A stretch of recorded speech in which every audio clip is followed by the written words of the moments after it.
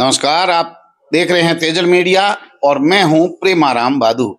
बाड़मेर के अंदर जो कृषि मंडी के पास किसान भवन है, किसान भवन के अंदर एग्रीकल्चर जो है एग्रीकल्चर एजी कृषि विज्ञान जो विषय है उनके अंदर बीएससी एग्रीकल्चर कॉलेज यहाँ संचालित हो रही है। 2022 में स्थापना हुई। फर्स्ट ईयर अब सेकेंड ईयर के भी अब सेमेस्टर जो प्रणाली है वो शुरू हो गई है। यहाँ जो है डॉक्टर राजेंद्र सिंह जी जो मूल अजमेर से हैं और कॉलेज के यहाँ जो है इनका देख रेख कर रहे हैं, पूरा जिम्मा संभाल रहे हैं। यहाँ जो प्राचार्य की भूमिका है वो आप निभा रहे हैं। बाड़मेर के अंदर कम लोग इस बात को जानते होंगे कि यहाँ एग्रीकल्चर बीएससी की कॉलेज है मुख्यालय पर। हालांकि ऐसी कॉलेज गुड़ा मलानी में है और यूनिवर्सिटी सीधी संचालन करने वाली एक कॉलेज बायतू में है जो बाटाड़ू के अंदर बिल्डिंग बन रही है। लेकिन बाड़मेर मुख्यालय पर कई दिनों से ये कॉलेज का संचालन हो रहा है। इन पूरी चर्चा जो है डॉक्टर साहब से करते हैं। राजेंद्र सिंह जी हमारे साथ है। तो सर नमस्कार। नमस्कार सर।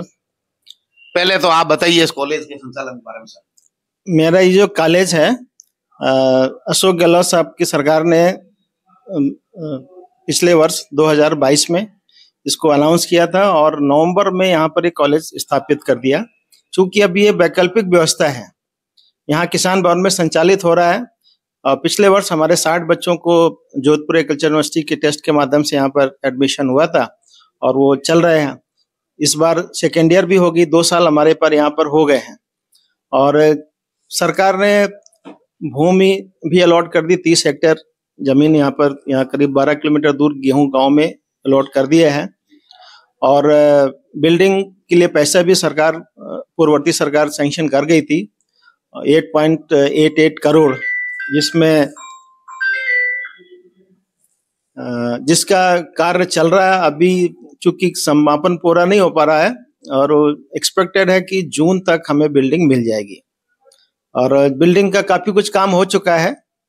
और इसके बाद हम लोग वहां पर चले जाएंगे और वहां पर चूंकि सारी सुविधाएं होंगी। हमारा कॉलेज एक अच्छा कॉलेज बन रहा है और मेरे हिसाब से 60% तो उसका काम हो चुका है। और इसके बाद चूंकि स्टाफ की अभी कमी है, एग्रीकल्चर में पुराना स्टाफ नहीं है। सरकार एग्रीकल्चर का हूँ मैं, हमारे साथ कभी कभी 2 महीने 1 महीने के लिए गवर्नमेंट कॉलेज से बॉटनी के या दूसरे अन्य विषयों के टीचर्स को यहाँ पर लगाया जाता है, जो हमारे संबंधित विषय होते हैं उनको पढ़ाते हैं। तो अभी स्टाफ की कमी है और बाकी जो है गैर शैक्षणिक कार्य करने वाले वो लोग भी नहीं। हाँ, अभी सरकार ने गैर शैक्षणिक स्टाफ को नहीं लगाया हुआ है। ये जेट के माध्यम से एडमिशन होते हैं। यहाँ पर प्रवेश पूरा राजस्थान में ज्वाइंट इंट्रेंस टेस्ट जेट के माध्यम से होता है। बच्चों का जो एडमिशन होता है, उनकी जो प्रायोरिटी होती है, अच्छे बच्चे होते हैं यूनिवर्सिटी चले जाते हैं, फिर रूरल एरियाज में कॉलेजेस वहाँ जाते हैं या डिस्ट्रिक्ट हेडक्वार्टर पे वहाँ जाते हैं। तो ये मेरिट बेसिस पे एडमिशन होता है और ये एडमिशन की जो बॉडी है वो वर्तमान में जोधपुर एग्रीकल्चर यूनिवर्सिटी है। कौन इनका संचालन कर रहे हैं? जो गवर्निंग बॉडी है, मॉनिटरिंग करने वाले, वो कौन है? एग्रीकल्चर के जो कॉलेज गत वर्ष खोले गए थे 29 इस साल और खोल दिए सरकार ने। टोटल करीब 38 कॉलेजेस हो गए हैं। इन कॉलेजेस का संचालन हमारे जो कमिश्नरेट ऑफ एजुकेशन जयपुर से होता है। बाड़मेर के अंदर आप लंबे समय से हैं, एग्रीकल्चर में क्या भविष्य देख रहे हैं बच्चों का? एग्रीकल्चर में भविष्य तो बहुत अच्छा है और आगे का भविष्य भी एग्रीकल्चर ही है। और चूंकि अभी जो संसाधन है या जो रिसोर्स पर्सन है उसकी जरूर कमी है, उसको एक राजसेस के माध्यम से इन कॉलेजेस को चलाया जाना है। क्योंकि अभी पूर्ण रूप से गठन नहीं हुआ है और अभी भर्तियां नहीं हुई हैं। जैसे ही सरकार इसको कर लेगी, अभी चूंकि ट्रांजिशन फेज था, गत वर्ष ही खोले गए, इलेक्शन आ गया, अब नई सरकार बनी है, इस पे काम तेजी से होगा और निश्चित रूप से स्टाफ आएगा। आप मूल रूप से उदाने की विषय के हैं एग्रीकल्चर में। अगर विषयवाद सबको प्रोफेसर अगर मिले तो बच्चों का भविष्य और बढ़िया होगा। सरकार को भर्ती करनी चाहिए। हाँ, सरकार को जल्द से जल्द टीचिंग फैकल्टीज उपलब्ध कराना चाहिए। चूंकि मैं तो एक विषय हॉर्टिकल्चर का हूँ, फिर भी मैं इन सब बच्चों को जो पीडीएफ नोट्स हैं और उसके संबंधित या बच्चों के अन्य विषय में, चूंकि मैं कृषि का ही हूँ, बीएससी लेवल पे या एमएससी लेवल बहुत सारे कोर्स मैंने पढ़े हुए हैं। अगर बच्चों को कोई अन्य विषयों में कोई समस्या आती है तो वो मुझे एक दिन पहले बता देते हैं कि सर ये समझ में नहीं आ रहा। मेरे विषय के अलावा अन्य विषय जैसे सॉइल साइंस है, प्लांट ब्रीडिंग है, तो उनको हम उस लेक्चर्स को पढ़ के या जैसे भी है तैयार करा के बता दें। कितने पद है यहाँ? यहाँ 12 पद स्वीकृत हैं। आप जो है खुद डेपुटेशन पर है? हाँ, मैं डेपुटेशन पे कार्य व्यवस्था यहाँ पे लगा हुआ हूँ। संविदा पर लगाने का कोई प्रावधान नहीं? संविदा कर्मी का प्रावधान है, चूंकि बाड़मेर में और गुड़ामलानी ऐसे 2 कॉलेज हैं, ये काफी दूर पड़ते हैं, यहाँ पर किसी ने अप्लाई नहीं करा। सरकार ने तो खोला था, दूसरी जगह पर संविदा कर्मी दूसरे महाविद्यालयों में जो कृषि के हैं वहां पर तो हैं, लेकिन यहाँ पर कोई एप्लीकेशन ही नहीं देता है। कृषि विज्ञान में जो बच्चे 12वीं में पढ़ रहे हैं उनके लिए आपका क्या संदेश है? आप इन क्षेत्र में बड़ा जानकार है।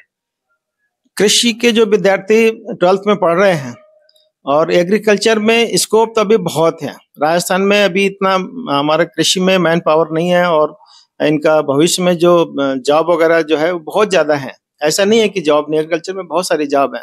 एओ बन जाते हैं, डबल एओ बन जाते हैं, कृषि पर्यवेक्षक बन जाते हैं जो एग्रीकल्चर सुपरवाइजर हैं, और आगे जाते हैं फिर टीचिंग में है, साइंटिस्ट है। तो स्कोप तो देखो स्टेट लेवल पर तो है ही, प्लस फिर इंडिया लेवल पर भी है, दूसरी जगह अन्य प्रदेशों में जाकर भी ये अपने को भविष्य संवार सकते हैं। तो कृषि महाविद्यालय जो है ये कृषि विश्वविद्यालय जोधपुर से संबंधित है ये, और बहुत कम लोग इसको जानते हैं। 12वीं में एग्रीकल्चर जिन बच्चों के हैं उनके बाद उनका एक एग्जाम होता है एंट्रेंस, उस एग्जाम को जेट कहते हैं, उसके माध्यम से इनका चयन होता है, कॉलेज आवंटित होती है।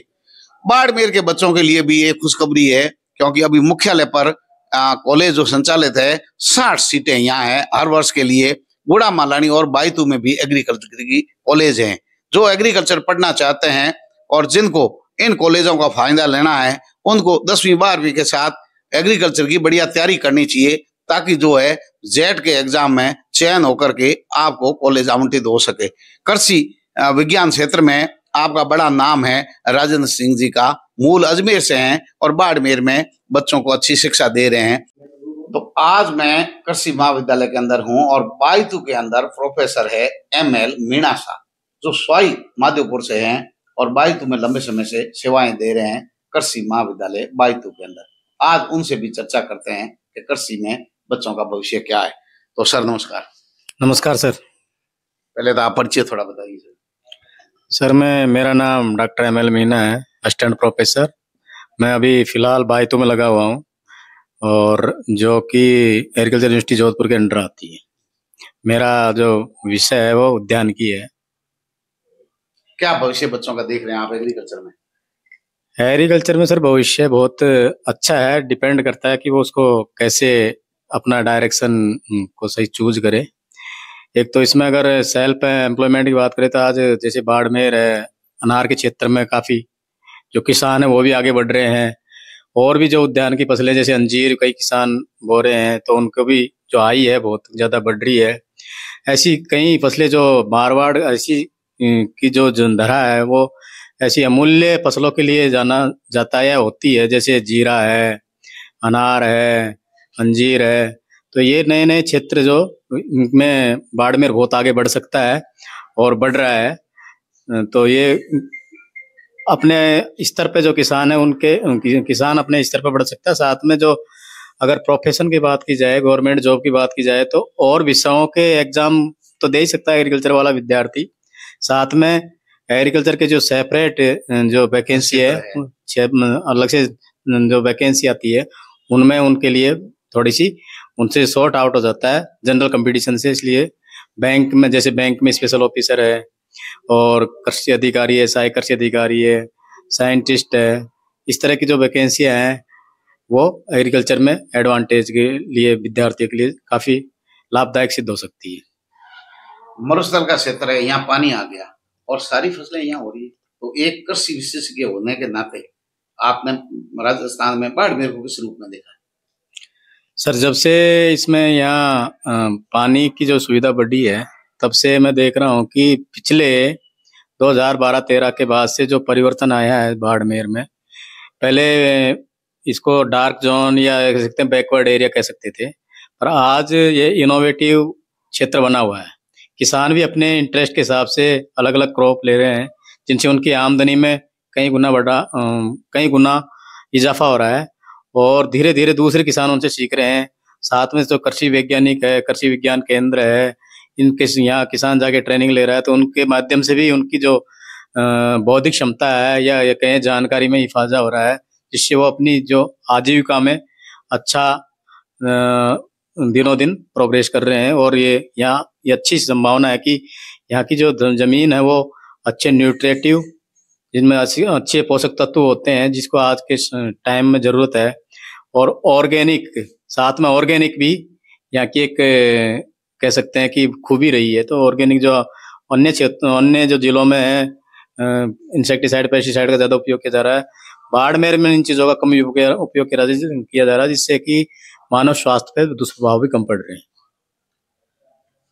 तो राजेंद्र जी, डॉक्टर साहब हमारे साथ थे।